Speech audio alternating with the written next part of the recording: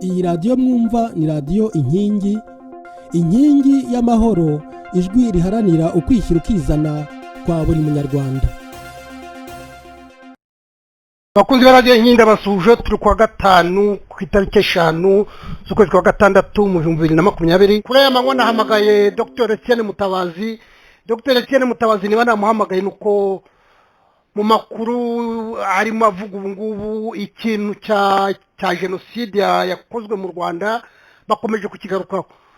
Muribuka ko ejo bundi bafashe Kabuga hari Paris, ndetse urubanza rwasobanuye rwemeje ko Kabuga agomba kuzaburanishirizwa Arusha. Ngira ngo muri gihe kandi niho ambasaderi w'abanyamerika muri Loni ndetse n'uhagarariye Ubwongereza basohoye inyandiko ivuga ko ibintu bya jenoside yo mu Rwanda ntabwo bagomba kuvuga ko yakorewe abatutsi gusa, bagomba kuvuga ko hari n'abahutu bazize ayo maherere, nkuko Perezida Kagame yabivuze ati ni amaherere yabwiriye u Rwanda. Ibyo bintu rero byombi biratuma icyo kintu cya jenoside dukomeza kukigarukaho. Nkaba nahamagaye Mutabazi kubera ko Mutabazi ni murambe babwira ni impuguke mu by'amategeko, afite doctora muri droit. Hanyuma ikindi namuhamagariye kugira ngo tugaruke kuri icyo kintu cya jenoside nuko mu myaka 10 cyangwa 12 yashize Mutabazi yakoze nk'umukozi wa Arusha warushinzwe za enquête no kunganira abavoka, ndetse n'impamyabushobozi yayikoze ku rukiko rwa Arusha. Etienne Mutabazi wiriwe? Mwiriwe neza Gaspard we. Ikintu naguhamagariye Dr. Mutabazi, ndagira ngo nibutsa abantu ko burya ruriya rukiko rwa Arusha, ruriya rukiko rwa mpuzamahanga rwa Arusha ntabwo rwigeze rwerekana ko jenoside yabaye mu Rwanda yateguwe. Etienne Mutabazi. Murakoze, ndagira ngo mbanze nsuhuza abumva radio turimo kuvugiraho, hanyuma ngerageze no kugusubiza icyo kibazo cyawe. Buriya Arusha urukiko rugitangira, zimwe mu ngamba ubushinjacyaha bwari bwafashe zari zo guhuriza abantu benshi hamwe mu rwego rwo kugaragaza ko hari umugambi wo gutegura jenoside. Ibyo ngibyo bari bishingikirije, ndabyibuka ko babyise ngo ni mega procès, mbese rwari kuba urubanza rumwe rwa rukokoma rwa rukomatanya. Nibyo nari ngiye kuvuga ngo biganaga ibyigeze kubera Nuremberg mu intambara ya kabiri y'isi yose irangiye, aho bari bafashe bamwe mu bayobozi bakuru b'Ubudage bw'icyo gihe, bakuru b'abanazi, umanza bari nk'abantu 20 cyangwa 23 bakabateranyiriza mu rubanza rumwe. Ariko rero naho uzi ko buri wese yavugaga ibye uko bimeze.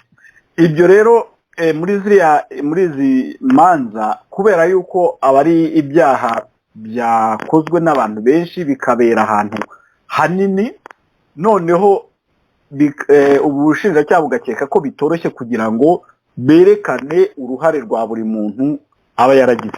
Ariko rero kwerekana uruhare rwa buri muntu yagize mu manza mpanabyaha ni nacyo imanza mpanabyaha zibereyeho. Ugomba kwerekana uruhare rwa buri wese ku giti cye hakurikijwe ibintu yakoze bifatika kandi byatangiwe ibimenyetso bigaragara bidashidikanywaho, noneho akaba ari bwo anahana. Narivuze nti rero bene ziriya manza z'intuza mpuzamahanga zibaza zifite abantu benshi, abakoze ibyaha bari benshi, bakunze no gushaka kuzanamo abantu bahoze ari abayobozi, haba mu nzego za politike, inzego za gisirikare n'izindi nzego gutyo zikomeye mu bihugu. Ahangaha turimo kuvuga ku byabereye mu Rwanda, wenda n'ibyabereye mu cyahoze cyitwa Yugoslavia, muri leta 6 zahoze zigize igihugu cya Yugoslavia. Aho rero niho procureur iyo abona afite ingorane zo kuzana ibimenyetso byangwa cyane cyane ko aheshi biba byaranabuze, wenda nk'inzandiko zimwe bashaka zidahari, nibwo avuga ati reka turebe uburyo bwihuse, wenda nicyo turi bugereho. Hari wavuze ibintu byo gushaka ngo ibintu byabaye kimomo bizwi na bose bita ngo judicial notice ou constat judiciaire mu gifaransa narusha bagerageje kubikora. Ibyo bya mega procès waruvugaze byo guhuza abantu benshi hamwe ntibyakunze, ahubwo bagiye bahuza abantu bakurikije agace bavugamo cyangwa se nk'umurimo bakoraga, hanyuma bakabahuza. Tuvuge hari nk'urubanza rw'Abanyabutare rwarimo ngira ngo abantu 6, Icyangugu harimo abantu 3, hari urw'abasirikare, imanza z'abasirikare 2, rumwe rwema abasirikare 2, hari n'urwo bise guverinoma ya mbere yarimo abantu 4, na guverinoma ya kabiri yarimo abantu babaye muri guverinoma n'ababaye abanyapolitike, hari n'urwo bise ngo urubanza rw'itangazamakuru rwarimo ababuranyi 3. Ariko nabwo Gaspard wibuke ko buri muntu bamuhaga umwanya wo kugira ngo yiregure ku cyaha yabaga yarezwe. Ku kibazo rero warubajije cyo kumenya niba urukiko bitararukundiye kwerekana ko hari umugambi wo gutegura jenoside, ibyo nibyo niko byagenze, ntabwo bashoboye kubyerekana. Cyane cyane baragerageje mu rubanza rwa mbere rw'abasirikare rwarimo Colonel Theoneste Bagosora, nyakwigendera Generali Gracian Kabirigi, Lieutenant Colonel Anatole Nsengiyumva na Majoro Aloys Ntabakuze.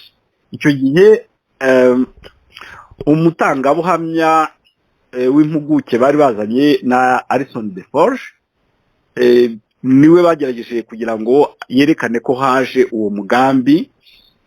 Bashatse no gukoresha ubuhamya bwo ntiyari expertise wahoze ari umuyobozi w'ingabo z'umuryango w'abibumbye mu Rwanda General Romeo Dallaire, n'abandi nk'umukoroneri w'umubiri yitwaga Crayes, abantu bameze nka gutyo. Ariko ntabwo byakunze kugeza aho Alison Deforge yavuze ati rero nubwo umugambi utagaragara ariko abantu ku giti cyabo bashobora kuba barayiteguye. Ibyo numva twaranabivuzeho, turavuga tuti ntabwo ari muri guverinoma bari biteguye.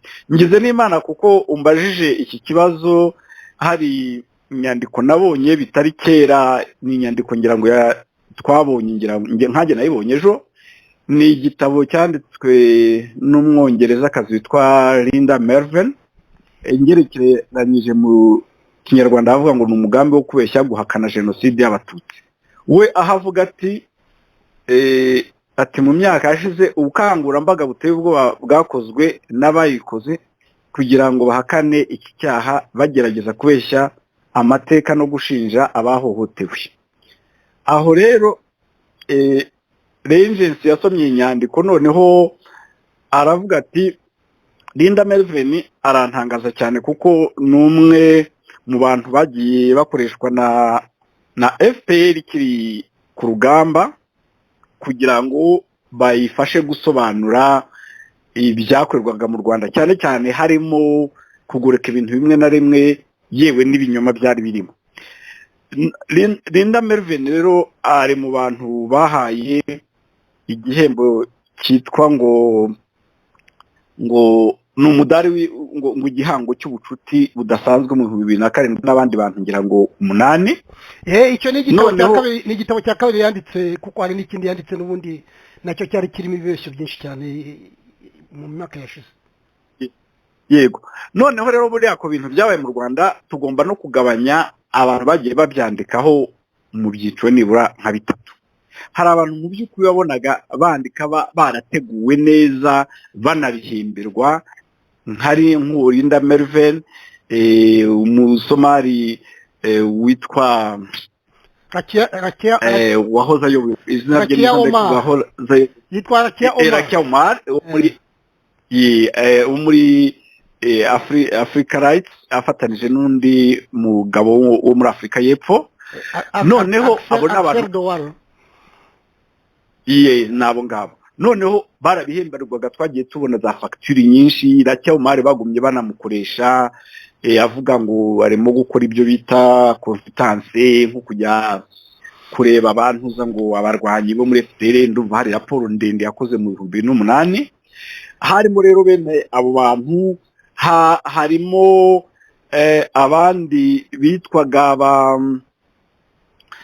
ba Gurevich, noneho hari icyiciro cy'abantu byagaragara ko bashyigikiye FPR bayivugira kugira ngo imigambi yayo yo gufata leta ishobore kugerwaho. Hari n'abandi bo ku rundi ku ruhande rwa leta y'u Rwanda batari na benshi cyane.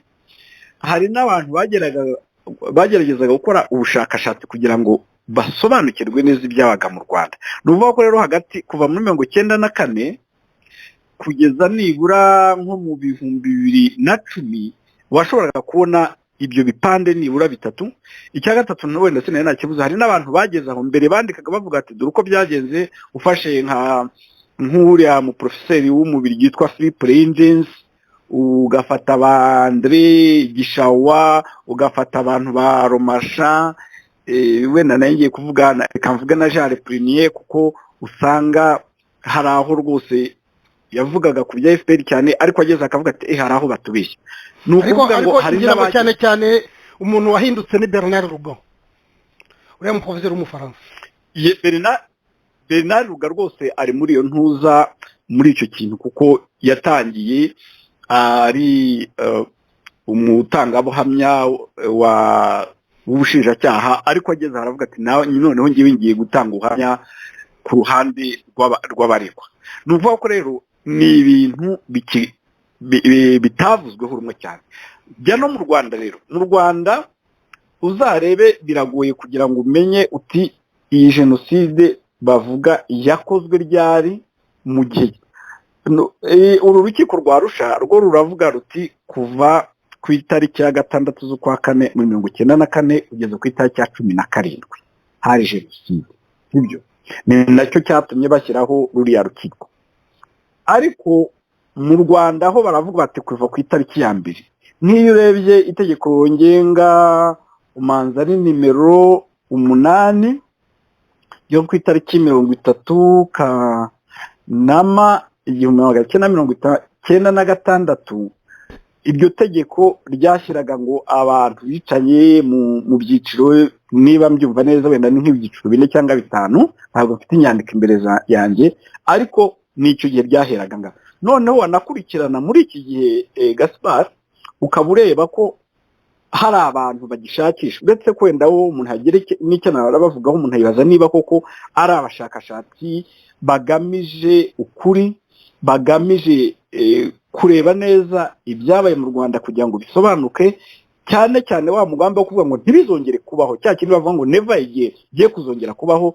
Aho ngaho urabyibaza, uzumva nk'ibyo umuyobozi wa Ibuka Jean Pierre Dusingizmungu avuga, mu professeur, uzumva ibyo wa CNRG Jean Damascene Bizimana avuga, uzumva Tom Ndahiro we biranatangaje, kuko kuvuga ngo ni umushakashatsi biragoye, kuko buryo umushakashatsi agomba kugira ikibyerekana, ibyo bita credentials. Ukavuga uti ngewe nize muri university hanaha, nakoze ubushakashatsi hanaha, nagiye mu nama mpuzamahanga izi nizi, noneho wanasoma n'ibyo yandika ugasangamo ko afite aho yabivanye, atari ukuvuga gusa ibyo atekereza, no kuvuga amarangamutima ye ku giti cye.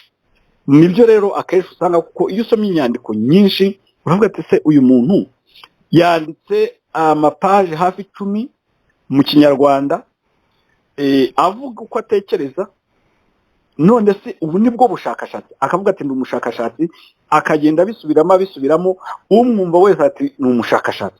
Nyamara hari nk'abandi bantu nzi b'abatutsi bakuru ubushakashatsi muri za universite bagira intuza. Hari nk'umunyarwanda nzi Dr Charles Mironko, nge nahuye nawe turanaganira, ukumva ko avuga ati ngiye mpangayikishijwe no kumenya uko iriya jenoside yo mu Rwanda yagenze, byatewe n'iki, urabyumva. Ariko rero iyo umuntu wese avuze ngo ndi umushakashatsi agasubiramo, bitera ikibazo rero. Numva rero ko haba mu rukiko rwa Arusha, haba no mu Rwanda ubwabo, biragoye kugira ngo uvuge uti dore neza uko byagenze.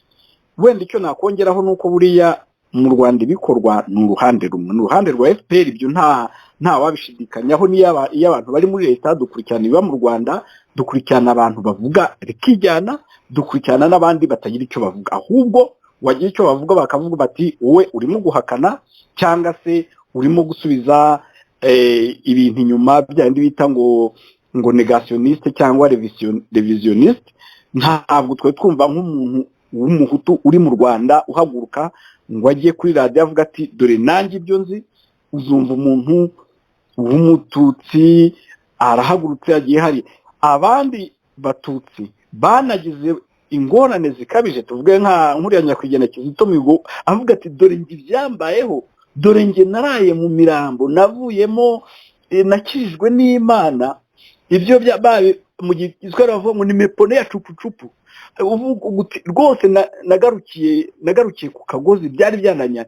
Ahubwo uwo muntu yajya kubivuga bakabaramwishe cyangwa se undi wese wagira icyo ashaka gusobanura, ahubwo bakagenda bakazana umuntu nk'abo nagiye numva muri iyi minsi ati ndi mu ishuri bandebye nabi, barampagurukije, bambaza izina ryanjye, bavuga indeshyo n'ingano y'izuru ryanjye, bene ibyo. Ariko ku rundi ruhande ukanga ko abandi nabo bagira icyo bavuga, kuko nibwira ko ibyo byagira amateka y'igihugu kandi bikaduha inzira yo kuvuga ngo ibyaha nk'ibi bya jenoside byibasira inyoko muntu ntabwo bizongera kubaho na rimwe. Noneho wajya rero no hanze mu mahanga bakagenda kuri iki kintu, hazamo na cya kintu cyo kuzamonamo inyungu za politiki. Niba warabonye izo nzandiko bavugaga, yaba urw'Abanyamerika, urw'Abongereza, ahubwo wongeyeho n'urw'Abayapani, kuko Abayapani nabo baranditse bavuga bati ibintu byose byatuma inteko rusange y'umuryango w'abibumbye yafataho imyanzuro bigatuma byongera amafaranga twatanga, twebwe ntabwo tubishyigikiye, nubwo dushyigikiye u Rwanda mu byago rwagize.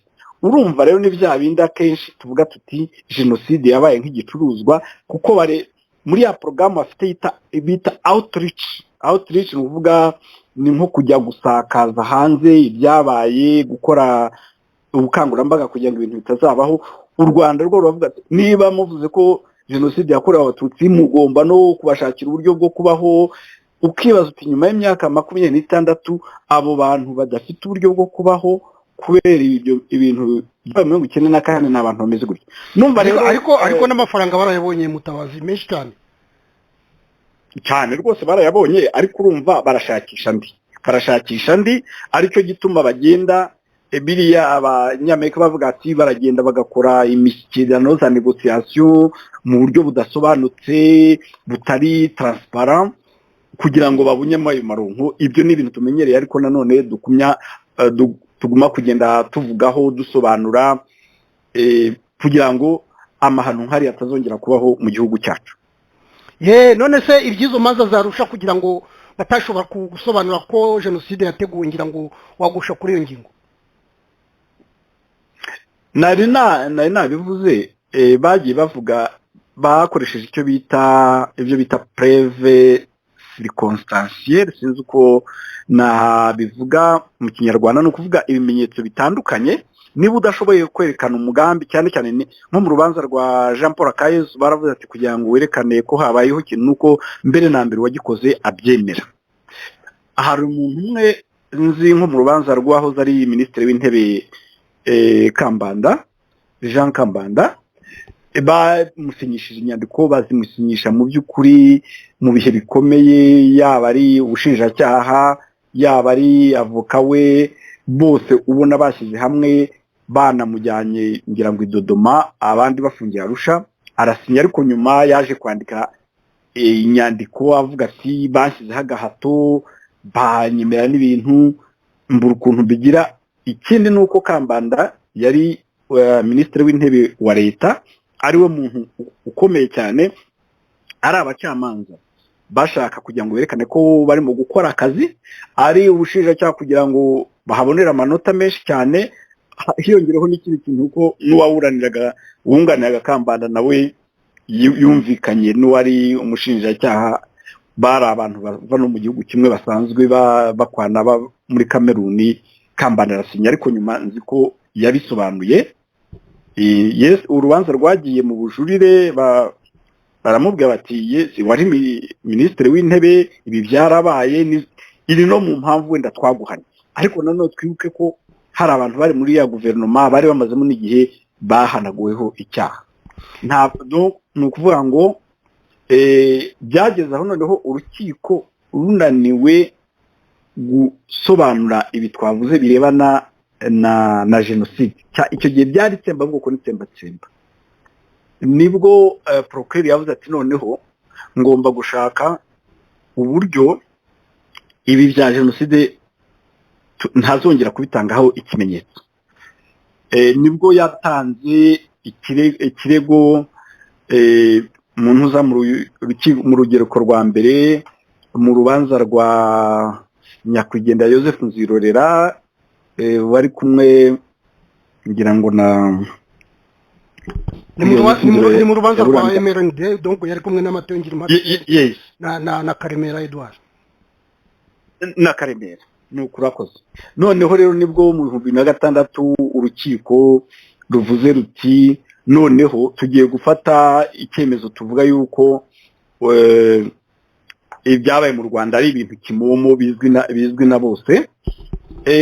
Urebye nko kuri icyo cyemezo nicyo ku itariki ya 16 z'ukwezi kwa gatandatu mu 2006. Noneho ukareba manzari nka paragrafe 34 na 5 na 6 gutyo niho urukiko rw'ubuje rwerekanye ibyo baheraho. Bavuga ko bahere ku bitabo, ku nyandiko zakozwe n'abarimu muri za kaminuza, ku byagiye byandikwa mu makuru, ku maraporo iyo ya Nations Unies, ku byemezo byari byafashwe n'izindi nkiko z'ibihugu binyuranye, n'ibyandikwaga n'amaguverinoma n'imiryango itegamiye kuri leta. Uzajye muri bya bisobanuro biba biri munsi y'inyandiko urebe nko kuva kuri 56 kugeza nko kuri 65 gutya aho ngaho. Mutabazi ndagira ngo wenda mbwira abatwumva ko iyo bavuga raporo za Nations Unies nyuma ya 94 FPR imaze gufata ubutegetsi, wenda wari kubivuga, ariko Loni yashyizeho ikipe yo kuza mu Rwanda kugira ngo irebe icyatumye koko haba jenoside.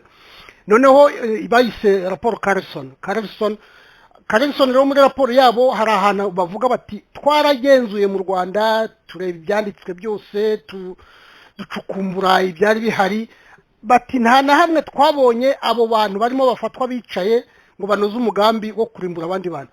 Ibyo ngibyo ngira ngo nabyo biranditse, ngira ngo wenda n'ibyo abanyamerika ngo baraheraho ngira ngo n'urukiko niyo mpamvu rwagize ingorane zo kugira ngo rwerekane ko ibyo bintu byateguwe. Rwose ibyo ngibyo bishatse iyo ya raporo ya Carlson ni imwe mu maraporo menshi yanditswe.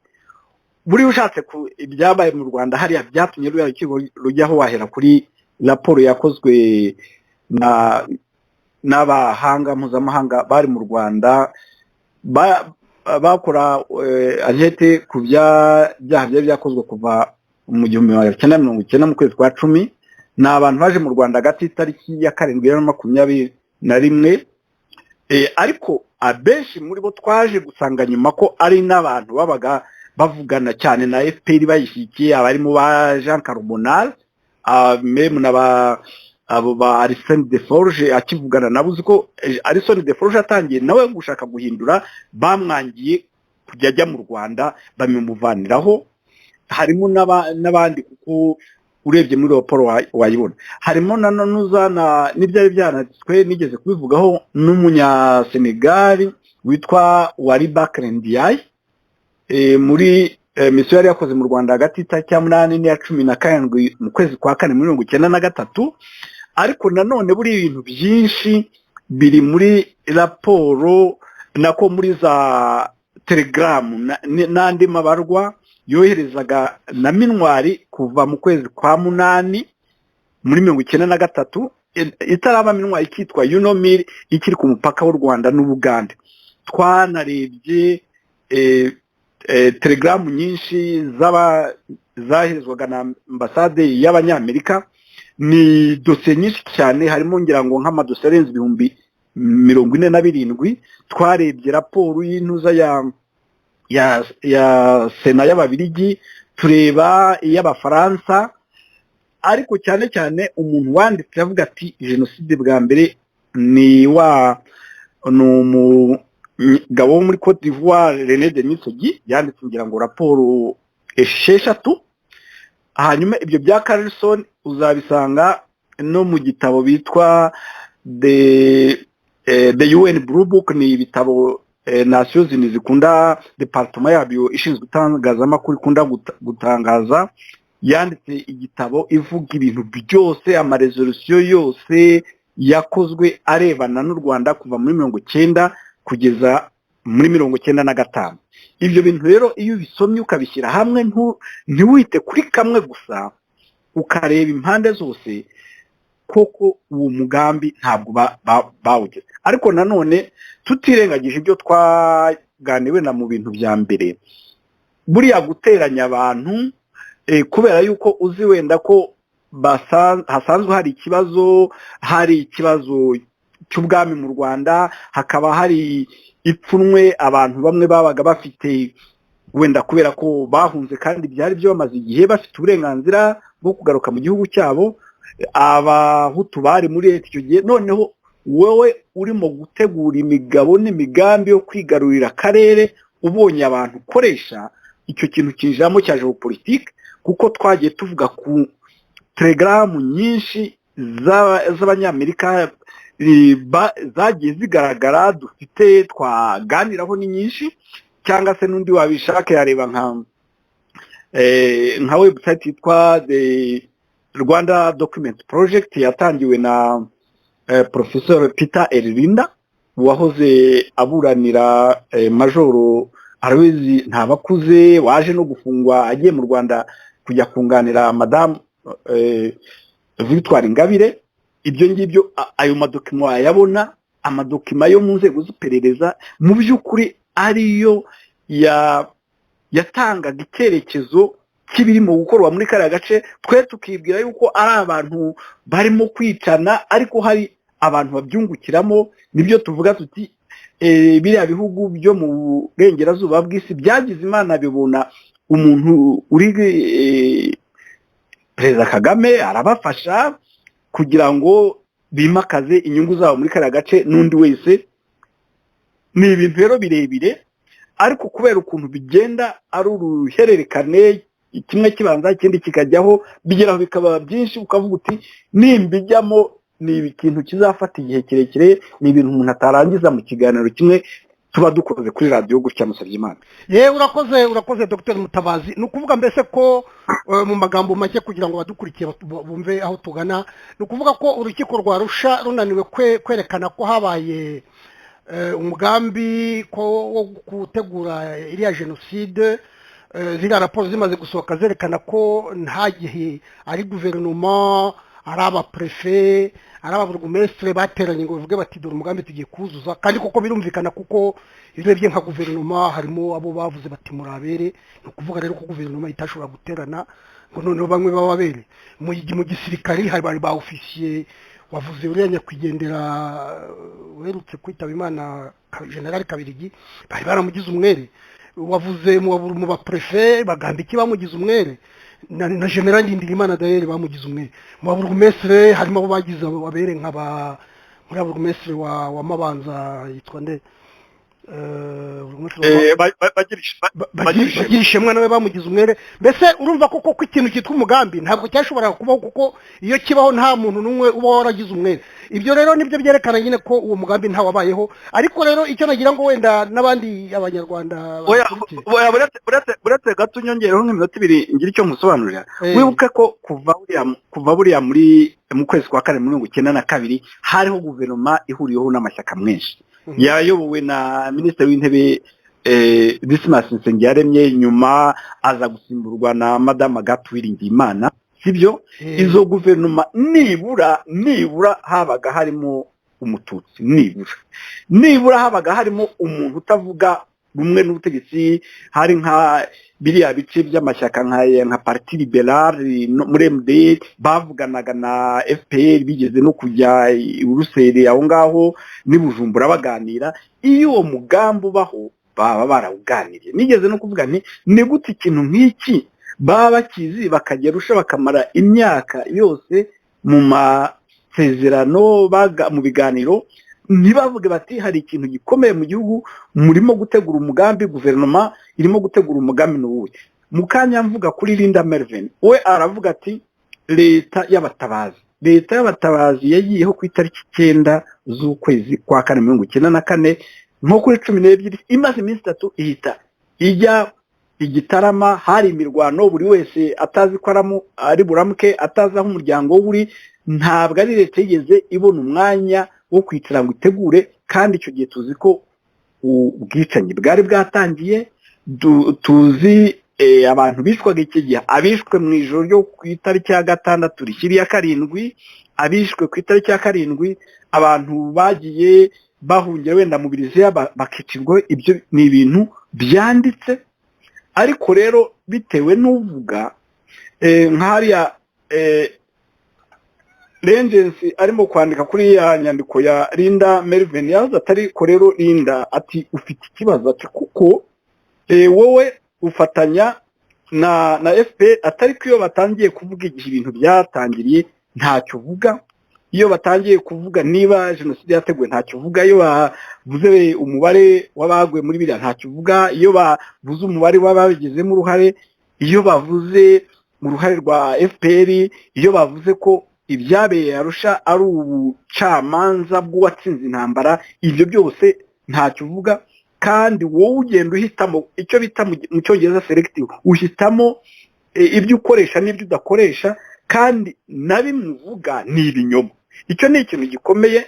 Iyo umwarimu nka Philip Renge w'umuhanga muri kariya gace, kuko na gace yakozemo ibimenyetso nako yakozemo ubushakashatsi, bari abanditsi benshi babongereza cyane cyane ni abantu baje gusa kuva muri za 1994 akavuga ngewe ndi umuhanga ku Rwanda. Ariko wakurikirana ugasanga ni umuntu wenda FPR yaba yaregera ikamubwira ati twebwe tugiye kwitangira intambara, dufashe nawe ujye byandikaho ibintu bimeze nka gutyo. Urumva rero ni ibintu byinshi cyane, ari nacyo gituma tuvuga tuti abanyarwanda ni ukuvuga abahutu, abatwa, abatutsi.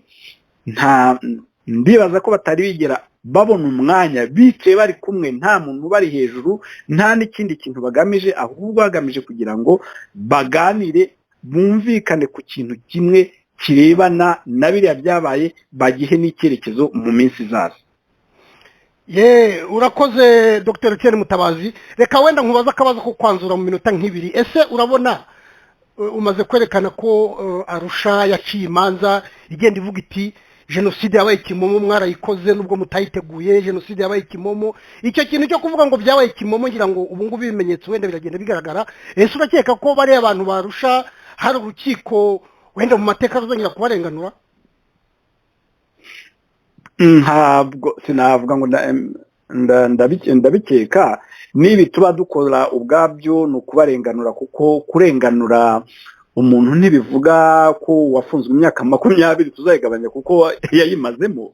Hari n'abaguye mu minyururu batanaburanye nka Musenyeri Samuel Musabyimana yaguyemo, Elizafani Ntakirutimana yaguyemo, hari abandi bantu bimaze guhitana. No ku rundi ruhande rwa FPR hari abantu bakagize ibyo baza ariko bagiye bicwa, ntabwo tukibafite. Abariho iki gihe nkawe wenda bafashe uyu mwanya nibo usanga barimo gutanga amakuru atariyo, bagenda bayakwirakwiza mu rubyiruko rutijanditse no muri ibyo bintu, ruzakura ruzi ko aba bakoze ari abantu babi, abari abamarayika. Icyo nicyo kibazo mu by'ukuri igihugu gifite.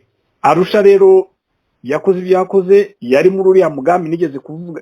Iyo tuvuga uruhare rwa leta zo mu burengerazuba bw'isi, abanyamerika, Bongereza, wari Arusha wabonaga abaprokeri bari bahari, baje mu by'ukuri gukurikirana inyungu z'ibihugu byabo bakoresheje ubucamanza. Twavuze nko kuri uwitwaga Steven Rapp, twavuze kuri Pierre Richard Prosper, n'abandi benshi, twavuze ku ikipe y'abasirikare bo muri ya departement ishinzwe ubucamanza mu ngabo z'abanyamerika babaga hariya, ndumva nk'uwari procureur mukuru mu rubanza rwa Semanza yari umuriyetona colonel uwo muri Amerika, baje kugira ngo bimakaze inyungu z'ibihugu byabo badahangayikishijwe n'abirabura n'abanyarwanda n'abandi baturage bo muri kariya gace k'ibiyaga bigari bagenda bagwa muri izi ntambara, muri ubu bwicanyi baba batazi mu by'ukuri icyo bugamije n'uri mu byungukiremo. yewe urakoze Dr. Etienne Mutabazi kuba wongeye kuboneka kugira ngo dusobanurire aya mateka yarusha, kuko ni maremare tuzajya tugenda tuvunguraho. Abari badukurikiye mwese rero murakoze, nari kumwe na Dr. Etienne Mutabazi uri hariya muri Afurika y'Epfo, nanjye hano muri studio za radio Inkingi Bruxelles mu Bubiligi nari Musabyimana Gaspard, ngaho mwirirwa.